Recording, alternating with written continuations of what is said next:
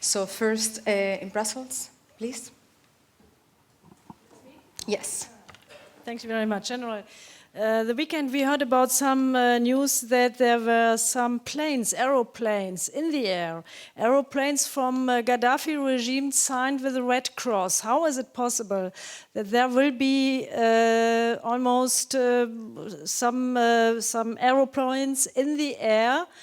We know Gaddafi has no more aeroplanes. Thank you for the question. As a matter of fact, I read the reports. We had lots of reports talking about helicopters wearing the Red Cross on them, but we have no evidence at all. What I can say, it's been 5 days since we last had the last report talking about helicopters overflying Libya. We know for sure that the Libyan jets are not flying their skies anymore. And please identify yourself, because the general doesn't. A military aircraft is breaching the international laws and it will not be accepted. Kai Niklasch from German television, ZDF.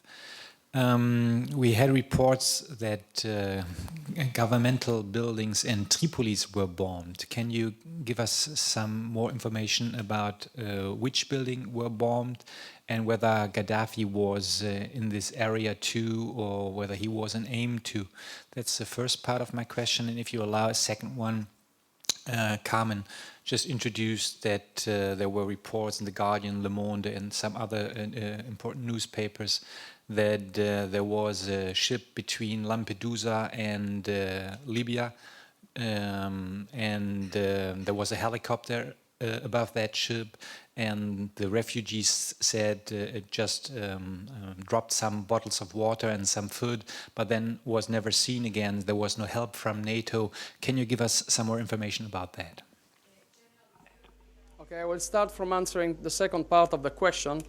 And I've read the reports too talking about this affair, but I can say that there is no absolute evidence of NATO ships being involved in such events.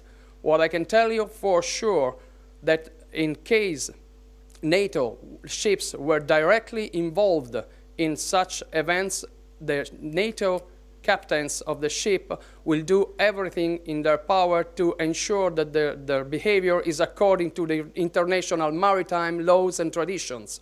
Now let's go back to the first part. I'm not sure I catch the exact meaning of the question. Could you please repeat it? I repeat it. It's just that we had reports that governmental buildings of President Gaddafi were attacked. Can you give us some information which kind of buildings these were and what the NATO goals were? Okay, all the targets, as I said before during my speech, all NATO targets are military targets, which means that the targets we've been hitting, and it happened also last night in Tripoli, are command and control bunkers.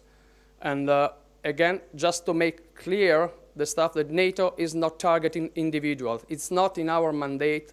Our mandate is to protect civilian population from attacks or from the threat of attacks by Gaddafi regime forces. Next question there. It's a follow-up question. Those reports about the buildings bombed in Tripoli last night, the Libyan government said one of those buildings was a children's center. Could you comment on that, please? Well, again, I've read the reports, and I can tell you again that we have no evidence at all.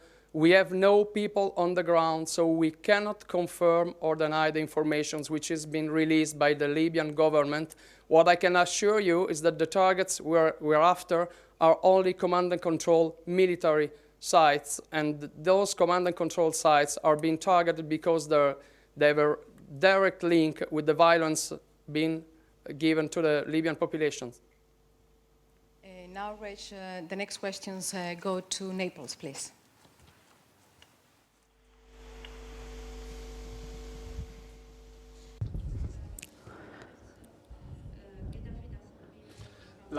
Gheddafi non si è vista in pubblico da parecchio. Ha prove che Gheddafi è ancora vivo? Non abbiamo alcuna prova, non sappiamo cosa sta facendo adesso, nessuna informazione confermata. It's okay. And the answer was, maybe you want to repeat the answer in English, General? Benghazi. Perché First, and for second, you just say that you have not people on the ground. So how can you assure that you are just targeting military objects and not others? Thank you. Okay, talking about situation in Benghazi and what I would say in the eastern part of the country, the situation is relatively stable and calm, and NATO has succeeded in the last 4 to 5 weeks to stabilize the situation. I remind you that when NATO took off the operation, talking about the beginning of April, the end of March, the situation in Ashdabaya, Brega, and Benghazi was highly critical, and civilian people were being slaughtered by regime forces. So the first concern with NATO operations during the first week have been to stabilize the situation, and now the situation there is more than calm and stable. And what was the second part of the question, please? By the way, you just said that there's no people on the ground in Tripoli, so how can you confirm that there's not been heated civilian targets? How can you assure? We have the best information possible that we have. We know exactly which are the military sites, and we know for sure which are military sites and which are not, and we only are after the command and control structure, because as I said before, the first part of the operation has been dedicated to calm down the situation, to stabilize the situation, and to stop slaughtering of the civilians. And once done that, in a broader campaign design, now NATO is taking out the capacity of Mr. Gaddafi to give orders to his troops to slaughter civilians. That's why we're after command and control centers, and of course, they're all military command and control centers.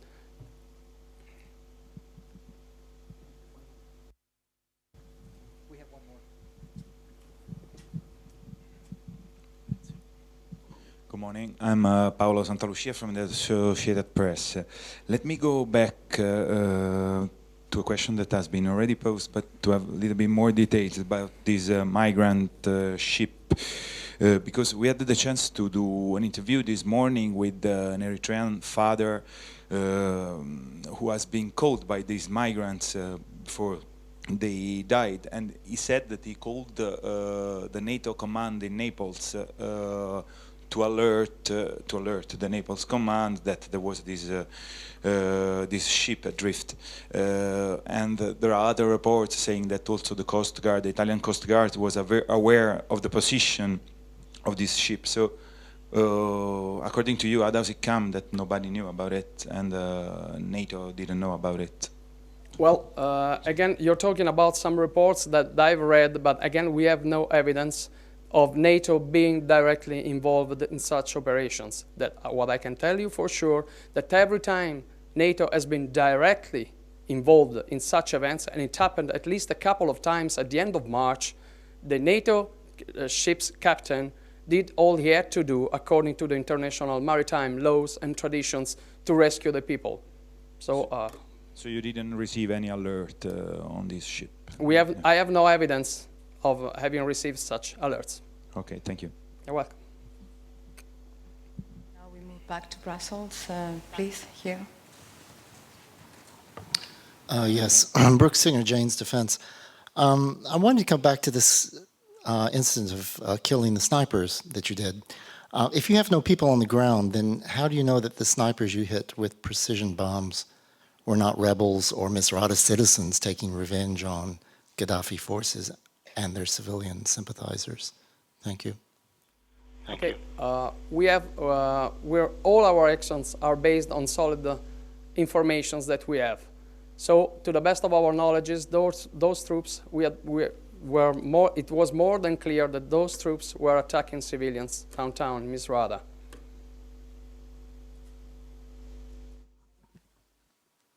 Yes, you said troops, but if you fire a bomb on a person inside a building, you can't tell if he's wearing a uniform or not.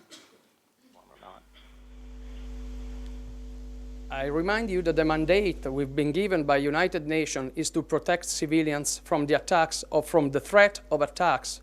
And to the best of our knowledge, those people up there in that roof were shelling at civilians. And that's more than enough to fulfill the UN mandate.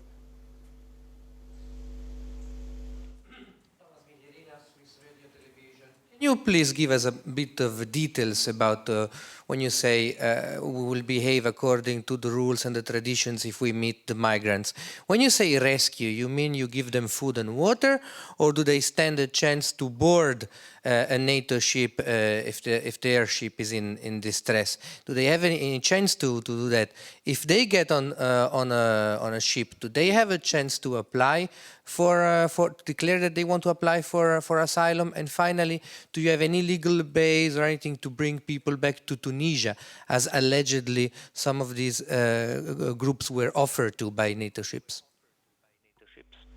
Well, that's an excellent question, but as you will realize from my addressing, I'm not an expert in maritime rules and laws. So what I can tell you is that the NATO captains know exactly what to do in such situations. And again, we should base all the assumptions on real facts and not on those reports. I mean, we've heard lots of reports. So first, it's a good idea to double check them. And again, when NATO has been directly involved, nobody has complained about that.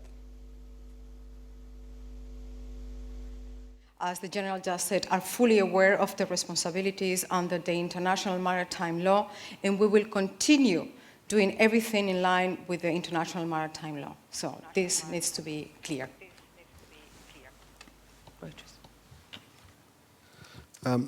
David Brunstrom from Reuters. I wonder if we could just follow up on the question that was asked earlier in Italy, because we didn't actually hear the response to it, which was, I think, do you have any evidence to suggest whether Gaddafi is alive or dead at this stage? Well, I say again, we have no evidence about what Mr. Gaddafi is doing right now. And I tell you the truth, we're not really interested in what he's doing. Our mandate is to protect civilians from the attacks and from the threat of attacks. So we're not looking after individuals. To add that we are not targeting specific individuals, but solely military targets. Solely military targets. Next question. Please, at the end. Consul from TM News.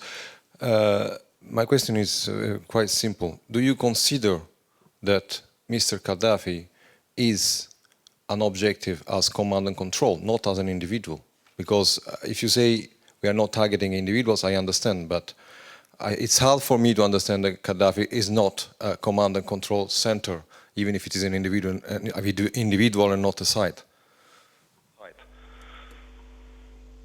No, again, our mandate is clear, to protect the population from the attacks. So NATO is not targeting individuals. No individuals is a target for NATO. We only look after command and control center because we want, the targets we're after is to stop Mr. Gaddafi, to give orders to his troops to keep slaughtering the civilians and to prevent humanitarian aid to enter the country.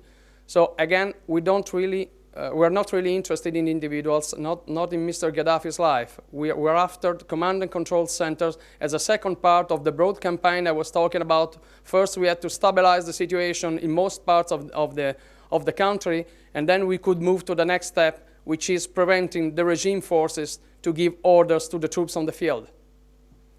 We have time for two more questions, one in Naples, one in Brussels. Naples, Reg?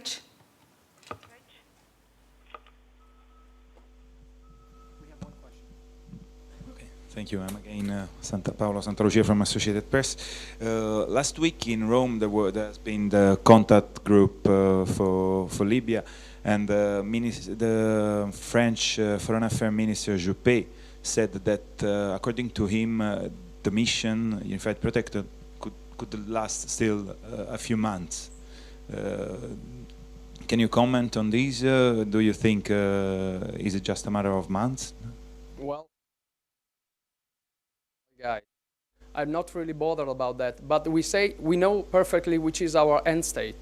until the three main objectives are met, which means all attacks and threats against the civilian population has ended, all the regime forces have returned to their base, and full and unhindered access to humanitarian aid is granted, the mission will keep on. So we'll keep the pressure on Gaddafi regime until these three objectives are met. Of course, the sooner the better for civilian population, that's for sure. Thank you. Agrees with the rest of the members of the contact group in the sense that we would like to see an end of this crisis as soon as possible, as the General just said. Last question, please. Yes, Jean-Pierre Strobens of the French newspaper Le Monde. A last follow-up on this incident, these deaths of 62 migrants. We heard yesterday that NATO was opening an inquiry on the incident. What is the inquiry precisely going about? Is it to determine precisely what were the NATO vessels cruising in this zone? And was it also to determine the nationality of the planes or helicopters that flew over the small boat? Well, if you may, I take this again. Well, as the General just said, NATO has reviewed all relevant information available. So we have already looked into that, and we can find no evidence whatsoever of any NATO ships being involved in this tragic incident reported by The Guardian. And the only aircraft carrier attached to the NATO mission at the time in question, which is the 29th and the 30th of March, was an aircraft carrier which was operating more than 100 nautical miles away from the possible location of the migrant vessel. In addition to that, NATO units at sea neither saw nor heard any trace of distress calls from that area. This is all we have to say about this. We looked into this, and there is no evidence. Basically, NATO was not involved because it had no signs, okay? Well, the last question now. Maybe NATO was not involved, but does NATO have any evidence whether there were any other helicopters from other nations were involved? Because, well, the people on board must have seen something. As I said, NATO units at sea neither saw nor heard any trace of distress calls from that area in the period of time described by the newspaper. That's all we have to say. Thank you very much for coming. See you soon.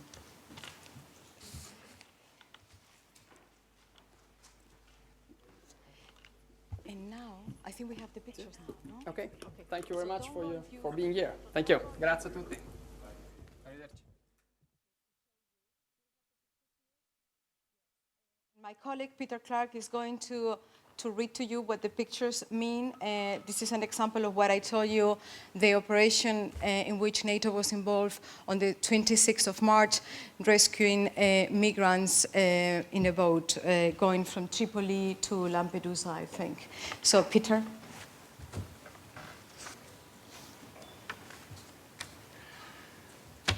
Good afternoon, Wing Commander Peter Clark. Just to follow up on the debate, let's call it a debate, on the role of NATO vessels in the safety of migrants attempting to escape the Gaddafi regime. There were a number of allegations, almost, of NATO involvement or not involvement in the incident reported in The Guardian. I have selected these pictures because they predate that incident, but they give a general feel for how we deal with this situation when we come across it. We've already given general information, and it's been covered in the briefing, of the duty of all shipping, including NATO warships, under the SOLAS regulations. But these photographs just give you an idea and a flavour of the sort of assistance we do render to migrant vessels to illustrate our commitment to those SOLAS regulations.